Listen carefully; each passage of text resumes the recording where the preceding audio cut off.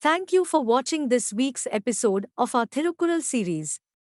We hope you found this chapter's verses and explanations insightful and inspiring.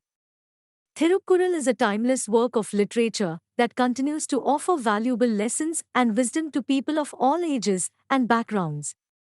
Thirukkural, a timeless classic from Tamil Nadu, has long been celebrated for its wisdom and teachings. In this video, we will explore a powerful verse that reminds us of the importance of following the path of morality and self-control. Those who follow the true moral path of the one who has doused the desires of the five senses will last long. This verse from Thirukkural tells us that by controlling our senses and following the path of morality, we can live a long and fulfilling life. Thirukkural emphasizes the importance of self-control and restraint to achieve spiritual growth and inner peace.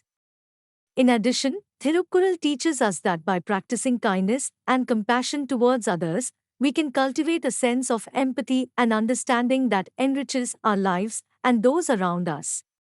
The verse those who follow the true moral path of the one who has doused the desires of the five senses will last long encourages us to cultivate a sense of discipline and self-control, which can help us navigate life's challenges with grace and resilience.